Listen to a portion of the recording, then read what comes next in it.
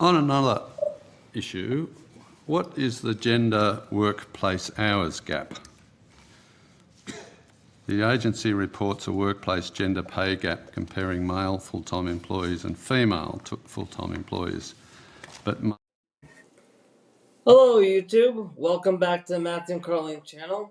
Today we are professionally debunking the gender pay gap that so many feminists have been constantly going on about. Let's get into it. male full-time employees work longer hours on average than female full-time employees. And the agency doesn't account for this when reporting a workplace gender pay gap. Using ABS data on employee earnings and hours, the gender pay gap as at May 2016 was 15.7%. It is a survey of employees, that information from the ABS. It's not a census, and it's only conducted every 2 years. They only collect the data every 2 years. What we do is we annualise our figure to full-time. So we look at all part-time employees and full-time employees that may have worked part of a 12-month period, and we annualise that data to take into account part-time hours. So therefore we're converting the part-time hours to full-time, if you like. So do you take into account the fact that on average a male full-time employee works longer hours than a female full-time employee? Not directly, no. You don't? Well, hate to break this to you, madam, but you really should be doing that. You should. Because, let's be honest here, if on average the male is working longer hours than the average female, even if they have the same job in the same profession, then guess what?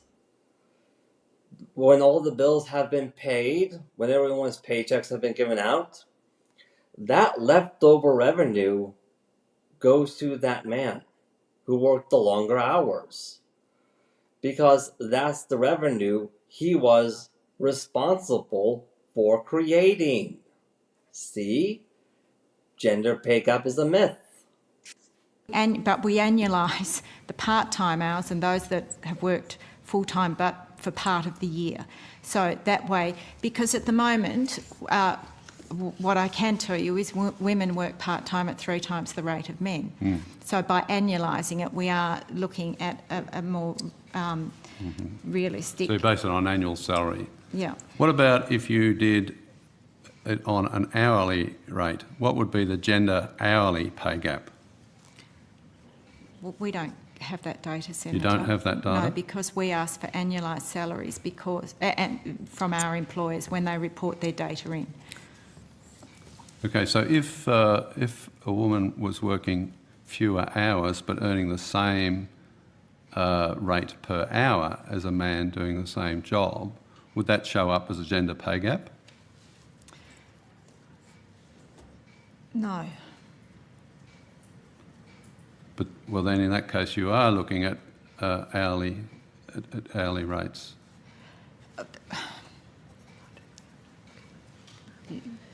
Janine Budov, Research and Analytics Executive Manager. So we do not collect the real hours that an employee might have worked. So what we do collect is the hours that are specified in a contract, and that is provided by organisations to us. If that makes sense. Yeah. But I mean, do you annualise it on the assumption that men and women are working the same number of hours, or is it actual earnings? It's actual earnings, and we are unable to. We don't have the data to distinguish or to then adjust for hours, because we are.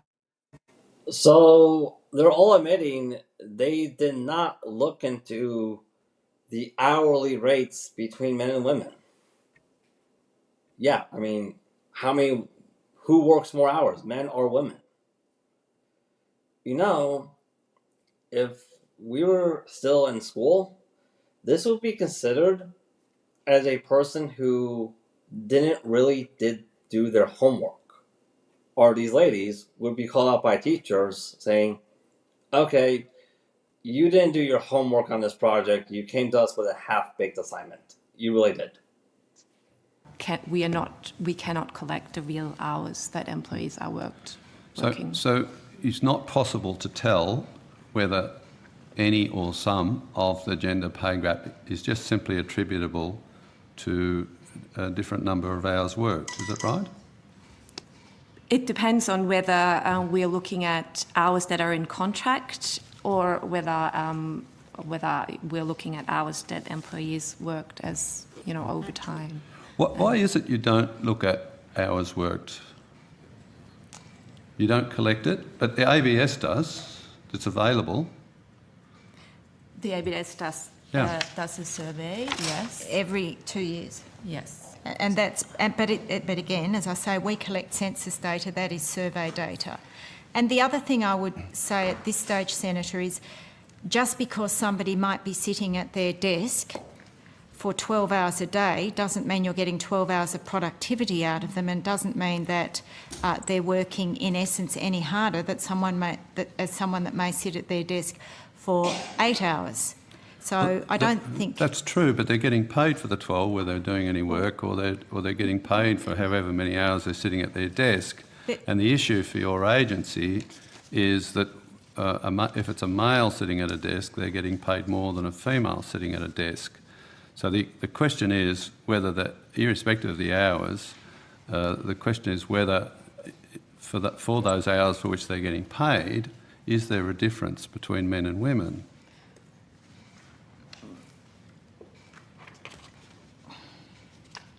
So we don't collect information on hours, Senator. And the reason why you don't collect information on hours, madam, is because you know perfectly well that will literally debunk your claim on there being a gender pay gap. It literally would.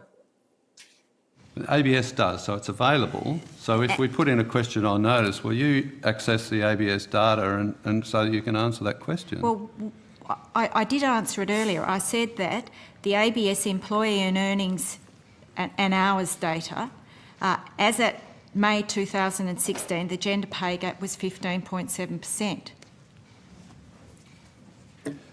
That, if I understood you correctly, it's referring to annualised salary, is that right? Not. What's the gap based on? Per hourly rates or annual incomes or annualised incomes, or what are we talking about here?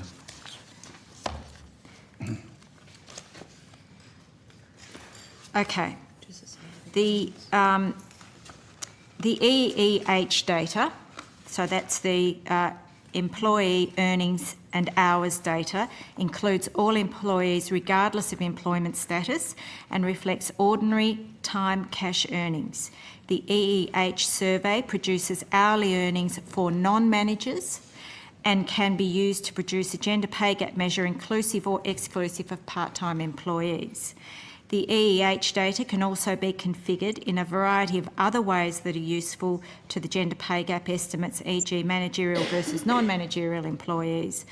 The big drawback from where we sit is that EEH data was identified as being, is just done on a 2-year cycle. I don't think I can think of many men who would find it acceptable that a woman, irrespective of how many hours she's working in the day, if she's doing the same amount of work as a man, or the same job as a man, was paid any less on the basis that she's a woman.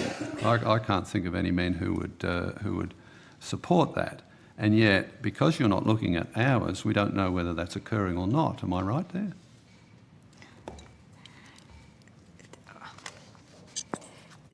And here's another thing that I'm noticing that none of these women are looking into, where a man and a woman can have the exact same profession. They can. But here's one question. Who's willing to perform the heavier job responsibilities of that profession on average? Is it the man or is it the woman? She's not going to answer that question. In fact, she doesn't even bring this up. And that's an important question to ask because, let's see. Because answer me this. If a man and woman are both working the exact same profession, but the male worker is working the heavier jobs, where the female worker, she's doing the more cushioned jobs of the profession, then would it be justified to say that your female coworker should be paid a little bit less so that we can pay the male coworker a little bit more for doing the heavier jobs of the exact same profession? Big question. Senator, I think at this stage, as I've said to you, we are unable to collect and analyse that data.